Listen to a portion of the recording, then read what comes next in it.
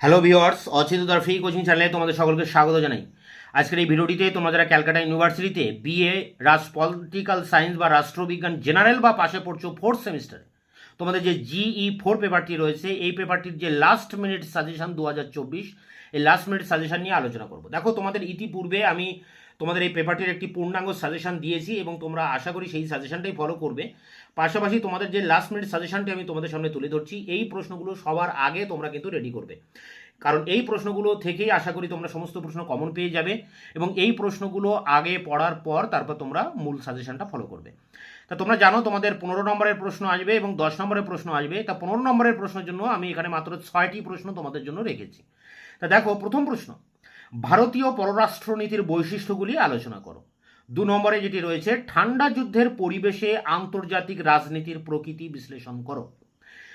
এবং 3 দাগে রয়েছে, দ্বিতীয় ঠান্ডা লড়াইয়ের ক্ষেত্রে দাতাতের বিবর্তন ও বিশ্লেষণ করো। 4, একবিংশ শতাব্দীর আন্তর্জাতিক রাজনীতিতে চীন ও জাপানের গুরুত্ব আলোচনা করো। এরপরে 5 দাগের প্রশ্নটি দেখো, আন্তর্জাতিক সম্পর্কের পরিধি আলোচনা করো।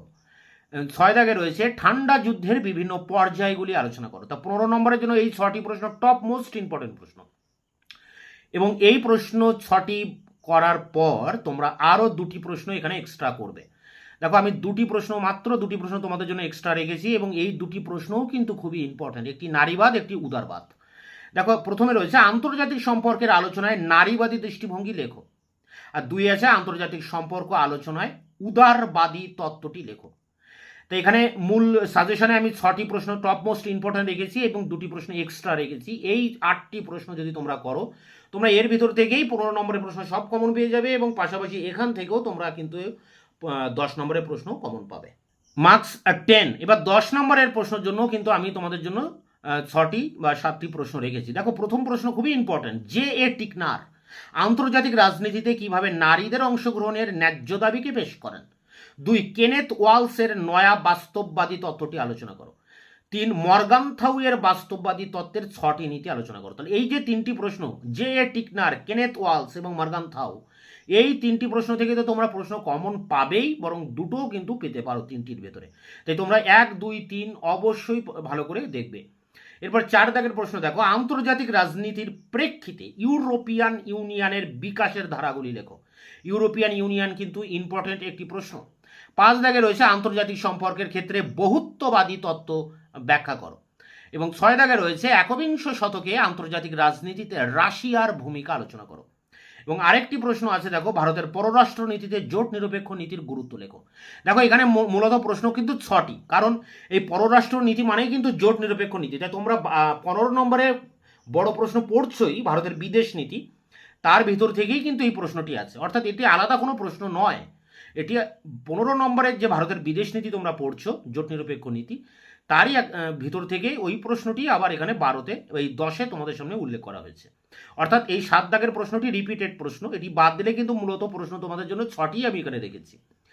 এছাড়া তোমরা এই প্রশ্নগুলো করার পর তোমরা এক্সট্রা আরও কয়েকটি প্রশ্ন দেখে যাবে এবং এই এক্সট্রা প্রশ্ন থেকেও কিন্তু প্রশ্ন পরীক্ষায় আসবেই।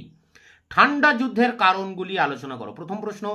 এবং 2 দাগে যে প্রশ্নটি রয়েছে, দেখো, আন্তর্জাতিক সম্পর্ক পাঠের বিবর্তন লেখো। 3 দাগে রয়েছে, তৃতীয় বিশ্ব কি, এর বৈশিষ্ট্য লেখো। 4 দাগে রয়েছে, সোভিয়েত ইউনিয়নের ভাঙনের কারণ কি।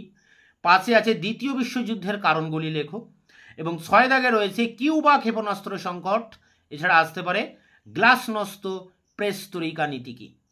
তা দেখো, এখানে একটি বিষয় বলার, যে এই যে তৃতীয় বিশ্ব, সোভিয়েত ইউনিয়নের পতন, কিউবা ক্ষেপণাস্ত্র সংকট, গ্লাসনস্ত্র পেরেস্তরিকা, এইসব প্রশ্নের উত্তর, 10 নম্বরের প্রশ্নের উত্তর, এই 4টি প্রশ্নের উত্তর আমি বিস্তারিতভাবে আলোচনা সহ, ব্যাখ্যা সহ তার উত্তরগুলি নিয়ে আমি এর আগেই ভিডিও ক্লাস দিয়েছি এবং এই 4টি প্রশ্নের উত্তর তোমরা আমার চ্যানেলে পেয়ে যাবে এবং এই 4টি প্রশ্নের উত্তরের যে লিঙ্ক আমার এই ভিডিও ডেসক্রিপশন বক্সে দেওয়া থাকবে। তোমরা অবশ্যই এই 4টি প্রশ্নের ভিডিওগুলি দেখে নিও, তাহলে তোমরা এর বিষয়গুলো বুঝতে পারবে এবং নোটসও সেখানে দেওয়া আছে, নোটসটা তোমরা কালেক্ট করে পরীক্ষার জন্য প্রস্তুতি নিতে পারবে। তো এই ছিল তোমাদের last minute suggestion GE4 political science general 4th সেমিস্টারদের জন্য। তোমরা এই সাজেশনটাকে ফলো করবে এবং এখানকার প্রতিটি প্রশ্ন কিন্তু ভালো করে দেখবে, এর ভিতর থেকে আশা করি তোমরা সমস্ত প্রশ্ন কমন পেয়ে যাবে। তো ভিডিওটি ভালো লাগলে অবশ্যই তোমরা একটা লাইক দিও এবং বন্ধুদের কাছে অবশ্যই শেয়ার করো।